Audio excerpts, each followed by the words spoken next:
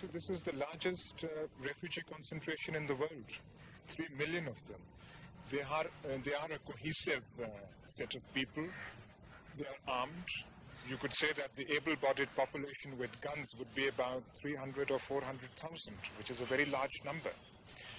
They are causing a lot of social and economic problems. They are straining the social services. Pakistan is not exactly a very rich country. What industry there is in cities like Peshawar is increasingly controlled by Afghans. Once destitute, they now call the financial tune. They have become the dominant partners even in highly traditional local enterprises. This is one example, a poultry business, once run by Pakistanis. Today, 75% of it has been bought by Afghan refugees. For a long time, the refugees were reluctant to declare their prominence in the business of this city. No longer. Now they're part of the elite group, which runs the unofficial currency exchange. This rapid change in their status has caused open resentment. And many Pakistanis are beginning to say that the refugees have acquired their comparative wealth and their status by illegal and criminal activities. They have been associated with gun running on a large scale. The weapons that are so freely available in Pakistan, which is of recent occurrence, the last 4 or 5 years. The spread of heroin, all these are spin-offs of the Afghan problem. In Peshawar, the refugees virtually run the transport services. The fact that all their vehicles are given free temporary registration, which lasts permanently, causes obvious ill feeling among locals who must pay road taxes without assistance. British planning consultants studying the city's transportation problems have unearthed other problems. They have no driving licenses, no road tax to pay, and if they are brought to book for the very regular offences, because many of them cannot read and are used to driving on the other side of the road, the judges will generally throw the case out of court on the grounds that they are refugees. So the traffic police too cannot cope any longer.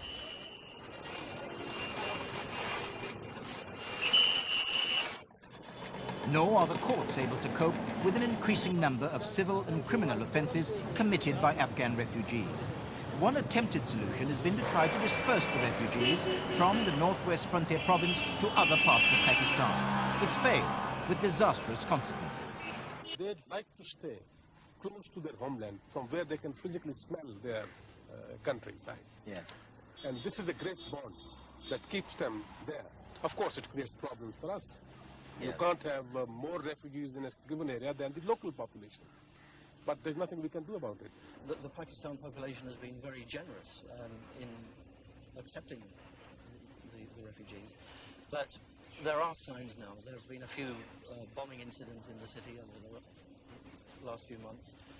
There have been various calls to remove refugees to outside the city. But actually, that's an impossibility because nobody knows where a lot of these people are. They have just absorbed themselves into the city.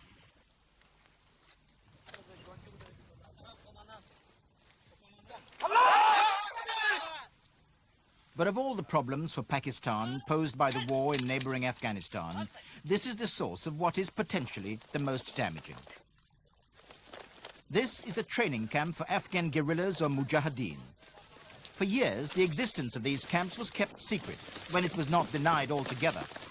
Even today, outsiders are only very infrequently allowed access. The reason for that is simple.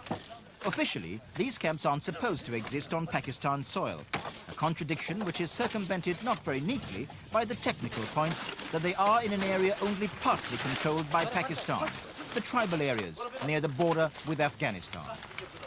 The Soviet Union doesn't accept that argument and cites the existence of these training camps as hard evidence of interference from outside and as a rather belated justification for its continued presence in Afghanistan. What is incontrovertible is that these camps get their materiel support from the United States, from China, other countries like Egypt and from Pakistan, posing problems for an eventual diplomatic solution to the Afghanistan war. Unabashed by that, the camp commander explained the training courses on offer. For the training, we have 3 types of courses. The one general course for all mujahideen coming from Afghanistan. Very short course, load, unload of weapons, and proper use of weapons. The Mujahideen are drilled incessantly in the use of guns and rocket launchers, which they claim they've used with devastating effect in their long struggle against Soviet tanks. In this department, by engineer, teaching them just adding some chemicals, and very easy, very safe, used by children, lady, old people, and you will see practically in the result.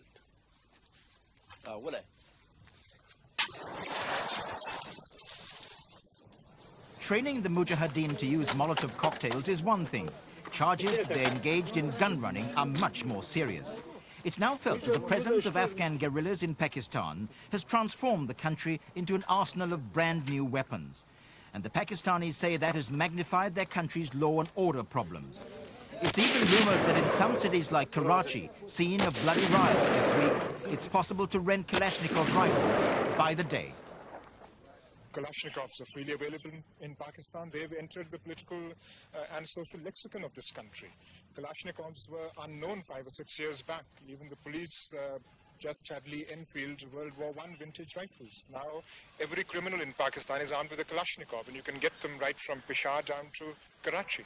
And people in Peshawar now talk about their city turning into another Beirut. To avoid the possibility of the refugees creating a state within a province, some Pakistanis are calling for any solution to get rid of them. Yet, as they establish themselves in every sector of Pakistan life, locals fear the refugees may never leave, and that the Mujahideen will continue their campaign from outside.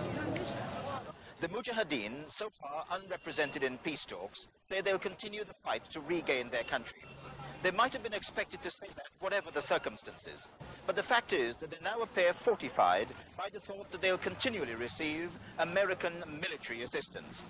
That American policy effectively sidelines the wishes of the Pakistan government. And 7 years after the first refugees began streaming across the Afghan border into this crowded city, there's not the slightest hope of an early reversal in that trend.